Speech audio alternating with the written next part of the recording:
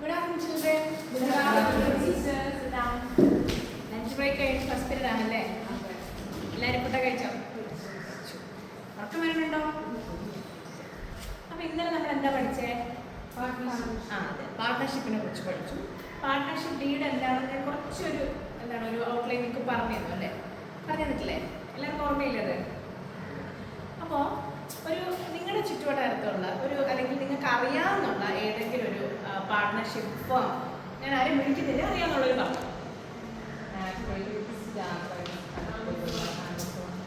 ഇതൊക്കെ എന്തൊക്കെയാണ്? ഒരു പാർട്ട്ണർഷിപ്പ് ഓർഗനൈസേഷനാണ് ഇതെല്ലാം അല്ലേ? പിന്നെ എന്താ, ഒരു കമ്പനിയിൽ ഒരു പാർട്ട്ണർഷിപ്പ് തുടങ്ങുമ്പോഴേ പാർട്ട്ണർഷിപ്പിൽ രണ്ടാൾക്കാർ ഒരു ബിസിനസ് തുടങ്ങുമ്പോഴത്തേക്കും അവിടെ പാർട്ട്ണർഷിപ്പ് ഡീഡ് ആവശ്യമുണ്ടോ ഇല്ലയോ? ഉണ്ടോ? പക്ഷേ ഇതിന് കമ്പൽസറി അല്ല. പാർട്ട്ണർഷിപ്പ് വേണമെങ്കിൽ ഡീഡ് വേണമെങ്കിൽ വെക്കാം, വേണ്ടെങ്കിൽ വെക്കണം. അങ്ങനെ വെക്കാതിരുന്നാൽ എന്തൊക്കെ പ്രശ്നങ്ങളായിരിക്കും അവിടെ ഉണ്ടാവുക? ആർക്കെങ്കിലും പറയാമോ? എന്തൊക്കെ ഡ്യൂട്ടീസ് റെസ്പോൺസിബിലിറ്റീസ് ആണ് ഓരോരുത്തർക്കും കൊടുക്കേണ്ടത്?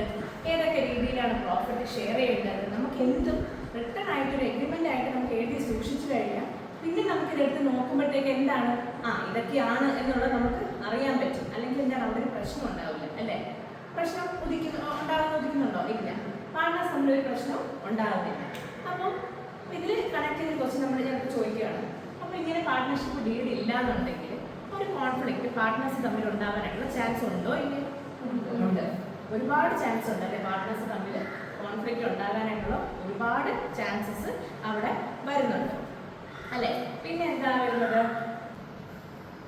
എന്തൊക്കെ കണ്ടൻസ് ആണ് ഒരു പാർട്ട്ണർഷിപ്പ് ഡീഡിൽ വരുന്നത്?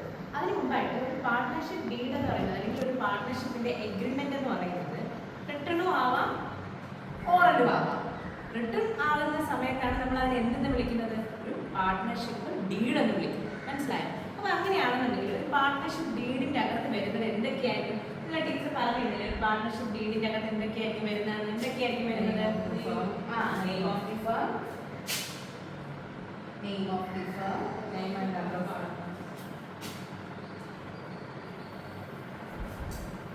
പിന്നെ എന്താ പറയുക? Name and address of name and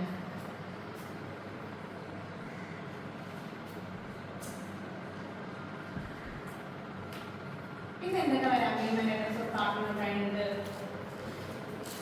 profit sharing ratio വരാം അല്ലേ?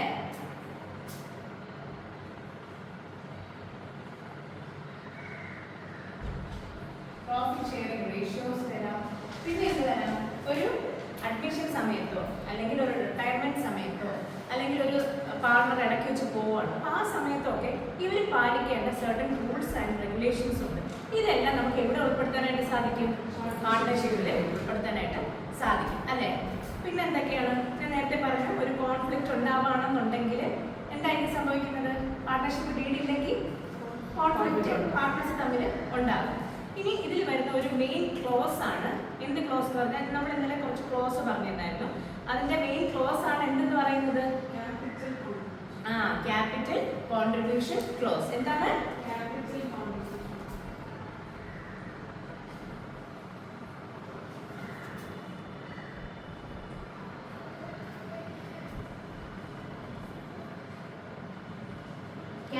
Contribution clause. ഈ ക്യാപിറ്റൽ കോൺട്രിബ്യൂഷൻ ക്ലോസിന്റെ അകത്ത് 3 മെയിൻ ആയിട്ടുള്ള കാര്യങ്ങൾ വരുന്നുണ്ട്. എന്തൊക്കെയാണത്? ഒരു ഫേമിന്റെ ടോട്ടൽ ക്യാപിറ്റൽ അല്ലേ? Total capital. പിന്നെ എന്തായിരിക്കും വരുന്ന?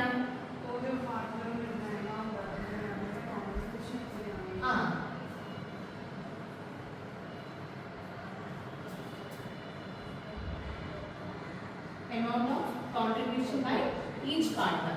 പിന്നെ എന്താ വരുന്നത്? എന്തെങ്കിലും അഡീഷണൽ ക്യാപിറ്റലോ അല്ലെങ്കിൽ അഡീഷണൽ എമൗണ്ടോ ഒരു പാർട്ണർ, ഏത് പാർട്ണർ ഇട്ടാലും അതെല്ലാം വരുന്നത് ഏതിലായിരിക്കും? ഈ ക്യാപിറ്റൽ കോൺട്രിബ്യൂഷൻ ക്ലോസിന്റെ അകത്തായിരിക്കും വരുന്നത്. മനസ്സിലായോ? ഇതിൽ ഏറ്റവും ഇമ്പോർട്ടൻ്റ് ആയിട്ട് വരുന്നത് ഈ ക്യാപിറ്റൽ കോൺട്രിബ്യൂഷൻ ക്ലോസിന്റെ അകത്ത് ഏറ്റവും ഇമ്പോർട്ടൻ്റ് ആയിട്ടുള്ള പോയിന്റ് ഏതാണ്? ടോട്ടൽ ക്യാപിറ്റൽ കോൺട്രിബ്യൂഷൻ ആണ് ഏറ്റവും ഇമ്പോർട്ടൻ്റ് ആയിട്ട് വരുന്ന എന്ത് പറയുന്നത് കോൺസെപ്റ്റ് എന്ന് പറയുന്നത്. അപ്പോൾ നമ്മൾ എന്താണ് പഠിച്ചത്? പാർട്ണർഷിപ്പ് ഡീഡിനെ കുറിച്ചാണ് പഠിച്ചത്. അപ്പോൾ അതിന് നമ്മൾ പാർട്ണർഷിപ്പ് ഡീഡിന്റെ അകത്ത് വരുന്ന കാര്യങ്ങളൊക്കെ എന്തൊക്കെയാണ്? Name of the firm, name and address of the partner, profit share regulation, പിന്നെ റിട്ടയർമെന്റ് അല്ലെങ്കിൽ എന്താണ് അഡ്മിഷൻ, അല്ലാന്നുണ്ടെങ്കിൽ ഇടയ്ക്ക് വെച്ച് എപ്പോൾ പാർട്ണേഴ്സ് പോവുകയാണെന്നുണ്ടെങ്കിൽ പാലിക്കേണ്ട റൂൾസ് ആൻഡ് റെഗുലേഷൻസ് എല്ലാം നമുക്ക് എന്തിൽ കിട്ടും? പാർട്ണർഷിപ്പ് ഡീഡിന്റെ അകത്ത് കിട്ടും. എല്ലാവർക്കും മനസ്സിലായോ? അപ്പോൾ നമുക്ക് ഇതിനെക്കുറിച്ച് അടുത്ത ക്ലോസിനെ കുറിച്ചുള്ള കൂടുതലായിട്ട് ഡീറ്റെയിൽസ് നമുക്ക് അടുത്ത ക്ലാസ്സിൽ പഠിക്കാം. എല്ലാവർക്കും മനസ്സിലായല്ലോ അല്ലേ? Thank you.